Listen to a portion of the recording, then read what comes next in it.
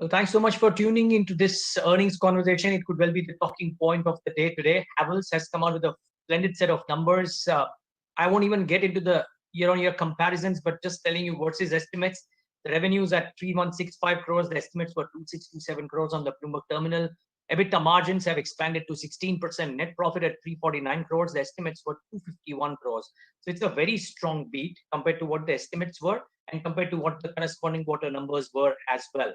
Mr. Anil Rai Gupta Johnson right now to talk about how did he see the quarter go by? Did he envisage this at all when we were speaking in October?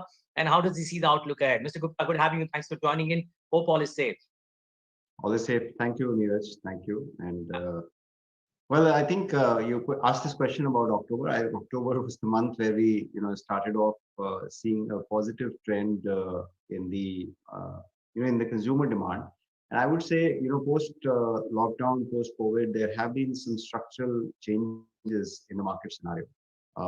Second quarter was definitely a time when things were coming out of the lockdown. But third quarter, I think, quite a bit we saw normalization of demand scenario, especially in the consumer and residential segment. But also, we saw some tailwinds in the industrial infra, which was not doing extremely well after the lockdown. So that actually turned around in the third quarter. Though it's a small part of our business, about 25% of overall revenues, but that was in degrowth in the second quarter. That turned towards mid-teen growth in the third quarter. So some structural tailwinds were there. Of course, was also benefited by the fact that we had elongated Diwali because of Diwali happening in November. So festive demand continued. Lighting demand was also good. Also, because of the increase in raw material prices, so there were constant push towards price increases in the market. And we believe in the month of December we saw some sort of pre-buying also from the trade because of the impending price increases in the coming time. So could be a little bit of pre-buying in the third quarter as well, but more so some structural tailwinds in most of the businesses. Yeah.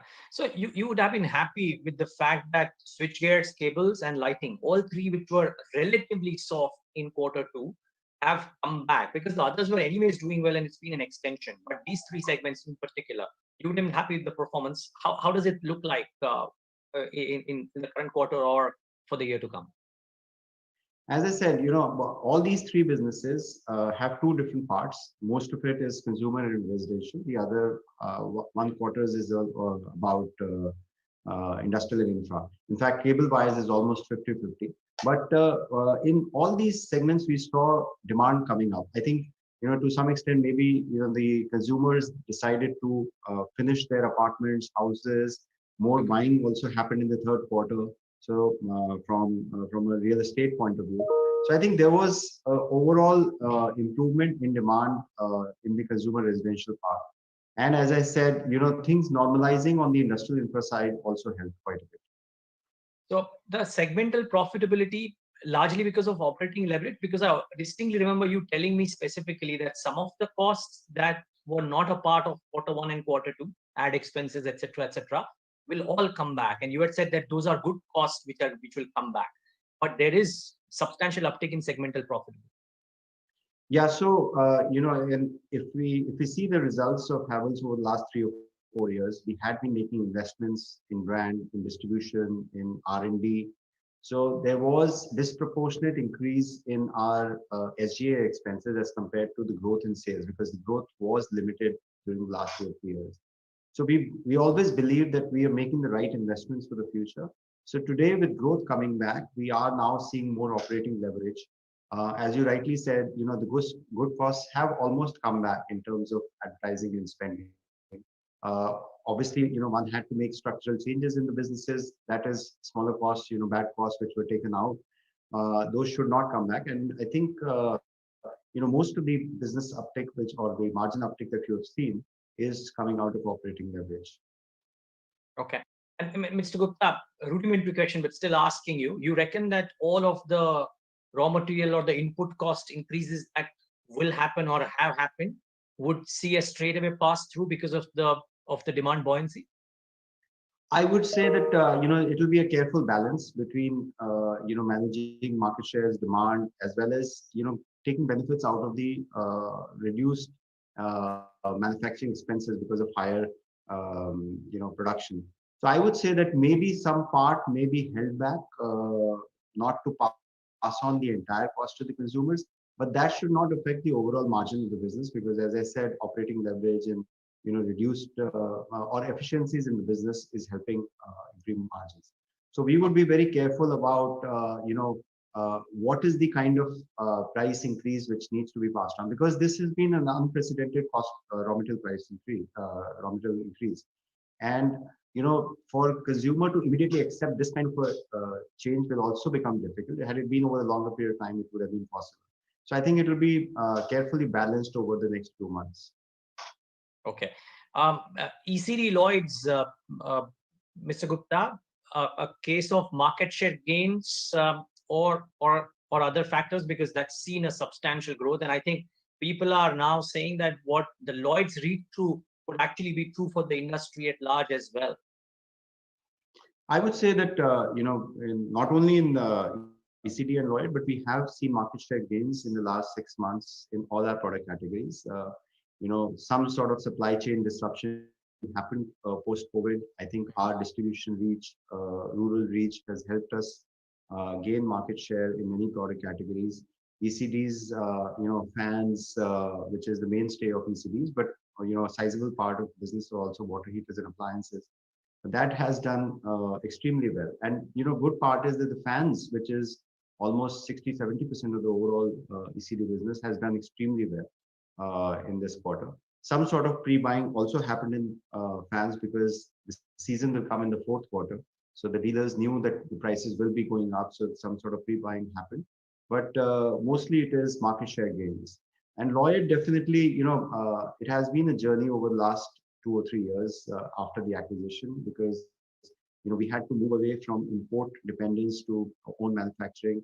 Since last year, when the manufacturing facility for air conditioners came up, we have seen market share gains, or I would say, recovery of market share, which we used to have, is now coming back. So definitely, I would say that we have done well in air conditioners, but also the new launches like the revamped range of washing machines and refrigerators that have also done well in the third quarter. Again, just last couple of questions. One is that the belief is that your with the brand power that you guys have any which ways, the opportunity size with both AC refrigerators in particular remains very large. You've anyway spoken about market share gains there too. Do you reckon that 2021 could well be a year wherein the growth numbers in those segments really expand? Yes, I mean, obviously the base was very low, but definitely we are looking at market share gains in washing machines, refrigerators, and air conditioners. Okay. One last question, Mr. Gupta, and that is, again, just a thought that is coming from the 2 or 3 notes that I read in the morning about how, while it is a smaller part of your growth of your business, as you alluded to, a stronger growth in the infra industrial segment would be core to the 2-3 year performances that people anticipate from you. Maybe you look at it differently. Can you just throw some color there? Would you reckon that for your overall growth to look robust over a 3-year period, the stability and the growth in infra industrials would be paramount? It is important because it's still a quarter of our business, and important part of the business. It helps our manufacturing facilities in a big way, because the manufacturing in the back end is quite common, with all the market segment will be very different. So it is definitely required, and overall growth of the economy also depends upon higher spends in the industrial and infra segment also, because that's the mood of the market. And I believe that combined with the government spends, as well as more manufacturing capex coming in the next few years, that should definitely help overall growth for Havells. Okay, can I actually squeeze in a bit of an economy question here? A lot of people believe that we are entering a period of Goldilocks in terms of economic growth, with the next 4 quarters having some bit of a base effect advantage as well, but overall economic growth looking very, very robust. I mean, the term used is Goldilocks. What do you reckon, as you sitting where you are, that we could actually see this for India? Well, again, I'm pretty much an optimist for India, and I feel that we may have slowed down in the last few years. But overall, if we don't look at the next 4 quarters, but we look at the next 4 years or 10 years, I think India has a huge potential. And the way probably the government is now looking at supporting manufacturing with, some sort of barriers, but also production incentives in many industries. I believe that, if manufacturing does well, India has a great potential to grow in the coming years. We leave it at that, Mr. Gupta. Thank you so much for taking the time out, and congratulations on a good quarter. Thank you. Thank you. Viewers, thanks for tuning in to this earnings conversation with Havel. The stock is doing really well, and well, the management is confident about the outlook ahead.